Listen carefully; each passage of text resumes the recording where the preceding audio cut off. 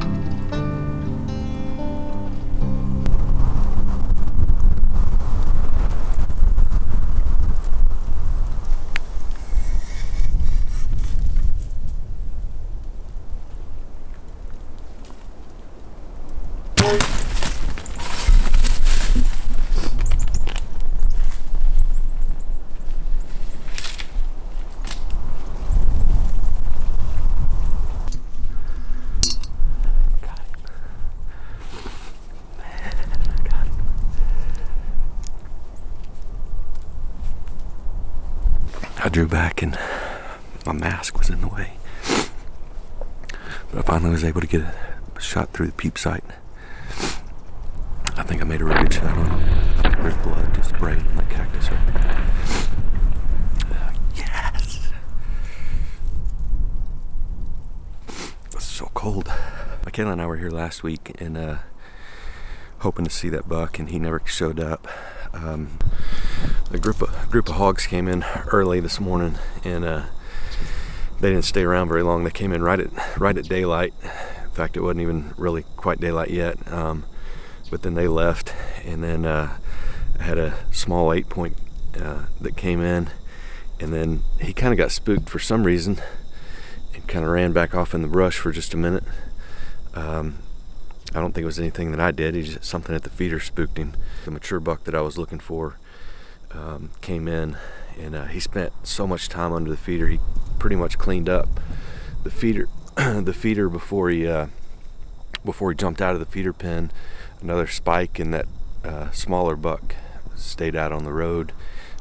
Anyway, he finally jumped out of the feeder pen. He cleaned up the corn all around it, and he came back around my shooting lanes off the feeder a little bit. And so anyway, he finally came in, stood behind the prickly pear cactus for the longest time, just barely exposed, and I started to shoot him right there. And I decided to go ahead and wait for him to come out just a little bit. I actually reached up and adjusted the exposure on my camera, and about that time he turned and he walked out, and I didn't have my release clipped and everything else, so I had to do that, and I was shaking and cold and heart was thumping. I got drawn back, and then my mask kind of got in the way, and so I finally was able to get a clear shot through my peep sight. Settled that pin low. He was pretty sharp quartering away, so I kind of ran it back up that offside leg like I normally do. I shot, and he actually jumped back in the feeder pin, and then jumped back out, and he just sprayed I could see he sprayed cactus with blood when he jumped back out of it. I'm gonna get down here and go warm up just a little bit, and then we'll get started on the tracking job. But I think it's gonna be a pretty easy track, hopefully. I've learned not to say that, and I shouldn't have said that, but knock on some mesquite wood. Hopefully it won't be a problem. So, all right, I'm gonna use the Osmo to track here, but you can see I'm gonna flip around here, and I'll kind of talk us through it here. But the blood on the arrow looks good, and then immediately you have blood right here. He actually jumped back in that feeder pin, and there's blood on both sides. I have a GoPro camera set up right here, and there's blood on both sides of that, and then you can see inside the feeder pin just a trail of blood all through there under the cactus right there at the feeder. I actually saw when he jumped out, he just sprayed this cactus right there with blood, and then you see it on the road right there, just a trail, just a stand-up trail of blood here. I saw him go back in here and jumping up. I thought I might be able to watch him go down, but he was scattering pretty good. So we'll go ahead and track it. You see blood right in there, and just a constant trail of blood right here. We'll just kind of use our way back through here. The blood right there. Where isn't there blood? Yeah, there he is right there. Just a good, mature South Texas buck. That's one that Michaela and I were after. I knew as soon as I saw him show up on trail cam that he's just an old, mature buck that needed to be shot. And, he'll taste great as well. Glenn had invited us to hunt down at in Cotulla at the MMR, and so Michaela and Jake and I are going to go hunt with Mom and Glenn this weekend. And I decided to come in last night. I fished yesterday with my buddy Jeremy, and then drove in last night to the ranch. Got up this morning, it was really cold. Cold front came through, so it's about 37 degrees. It was really cold inside, up in that Killin tree stand this morning. This buck came in, and I decided, if he came in, I already knew I was going to shoot him, and so he did. He presented a good shot. I made a good shot on him. Now let's get him all drug out of here.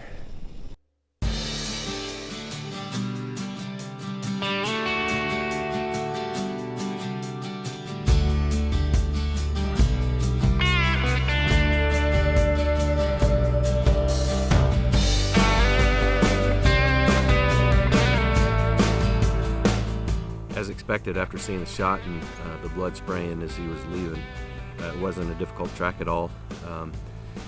Just followed stand-up walking blood trail, probably about 60 yards in the brush. He was there piled up. Just yet another success from the Killin tree. Real excited. I got another buck with my Matthews HTR, and of course the jackhammer broadhead once again did an absolute number. I know y'all are tired of hearing me talk about the jackhammer broadhead, but I just consistently get the stand-up walking blood trails, and as I like to say, just painting the South Texas brush. It's a piece of art. Anyway, I'm real excited about this. I've been working on getting some LDPs and getting the live hunt posted, and I keep wanting to rush, and I have to remind myself to slow down. It's Friday at 9:30 a.m. and we've got all weekend long, so I'm gonna really sit and enjoy this. Appreciate y'all watching, and we'll continue the weekend as we go, and hopefully we'll have some more success stories as the weekend progresses.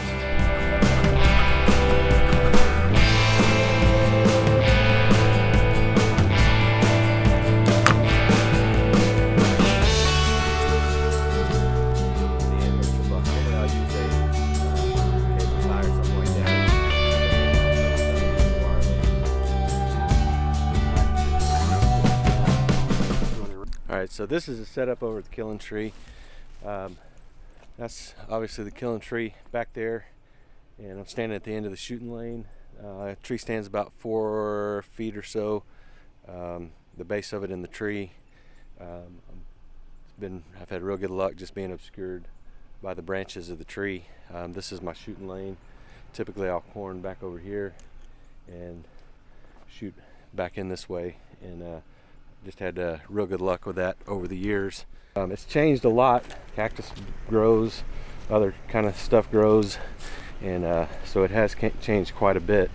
But we'll walk over here to the actual tree, and you can see pretty good cover all around it.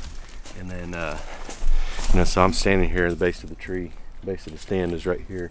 This is the seat, and just the mangle of limbs and brush and everything else. Sometimes I'll supplement it a little bit right there just to give me a little bit more back cover. I've had deer within 4 or 5 yards that never knew I was there. Here's the primary shooting lane looking back toward it. You can see, you've probably seen that view many times. There's the road. You can see my pickup in the back there, and then we pan over to the right. You can see where we've got a feeder and a feeder pen set up. Originally we didn't have I didn't have a feeder over here, but we fed protein. That's been 7 or 8 years ago now. We fed protein over here, and they set up a protein feeder and a feeder pen. Actually set it up right in my way when they set it up, so I kind of had to make some adjustments. Normally I just hand corned it. What I'd like to do is at some point I really would like to come in and just remove all this stuff, take it back to more of its natural state, and then just hand corn it when I'm here. I've had as good a luck doing that as running a feeder. So, and actually probably seen bigger deer doing it that way. So anyway, that's the Killin tree setup.